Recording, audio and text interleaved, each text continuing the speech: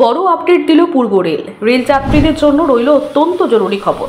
আর নয় অপেক্ষা, তারকেশ্বর বিষ্ণুপুর লাইন নিয়ে চরম সুখবর। বিশেষ করে যারা তারকেশ্বর বিষ্ণুপুর লাইনে ট্রেন পরিষেবার জন্য অপেক্ষা করছিলেন তাদের জন্য রইল সুখবর।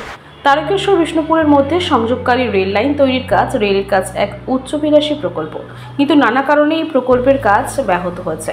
তবে আর চিন্তা নেই, কারণ এই প্রকল্প নিয়ে এলো বড় আপডেট। তারকেশ্বর বিষ্ণুপুর রেল প্রকল্পে এমনিতেই সাধারণ মানুষের কথা ভাবনা চিন্তা করেই প্রত্যেকের কিছু না কিছু পদক্ষেপ নিচ্ছে রেল। যাত্রী সাধারণের কথা ভাবনা করেই একের পর এক rail root, train, rail station, সঙ্গে ট্রেনে বসার আসন থেকে শুরু করে বিভিন্ন সুযোগ সুবিধা প্রদান করার চেষ্টা করছে রেল। সেই সঙ্গে নিত্য নতুন রেল লাইনের কাজও হচ্ছে জোর কদমে, যার মধ্যে অন্যতম হলো তারকেশ্বর বিষ্ণুপুর রেল প্রকল্প।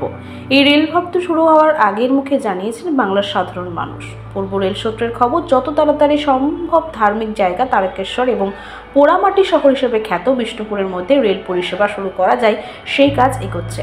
মধ্যখানে স্টপেজ হিসেবে থাকবে কামারপুকুর, জয়রামবাটির মতো কিছু বিখ্যাত জায়গা। কতদূর এগুলি তারকেশ্বর বিষ্ণুপুর লাইনের কাজ? রেলের তরফে জানানো হয়েছে, তারকেশ্বর বিষ্ণুপুর রেল সংযোগ প্রকল্পটি প্রায় শেষের পথে। বিভিন্ন অংশের বৃহত্তর অংশের কাজ ইতিমধ্যে শেষ হয়েছে, প্রায় 70% কাজ হয়ে গিয়েছে। বিষ্ণুপুরের বড় গোপীনাথপুর থেকে জয়রামবাটি 7.1 কিলোমিটার পর্যন্ত রেল লাইন ও সেতু নির্মাণের কাজ বিদ্যুতের গতিতে এগোচ্ছে।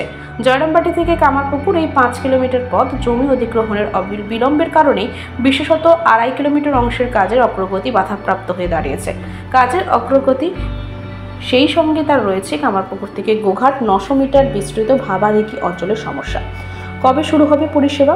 দ্বিতীয় পর্যায়ে বড় গোপীনাথপুর থেকে জয়রামবাটি পর্যন্ত 7.1 কিলোমিটার পর্যন্ত 70% মাটি ও সেতুর কাজ হয়েছে।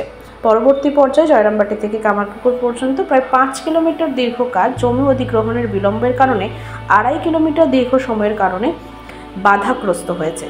যদিও জট কেটে গিয়েছে, সবকিছু ঠিকঠাক থাকলে শীঘ্রই এই রেল রুট তৈরি করা যাবে। 2025-এর মধ্যে কাজ শেষ করা যাবে বলে আশা করা যায়।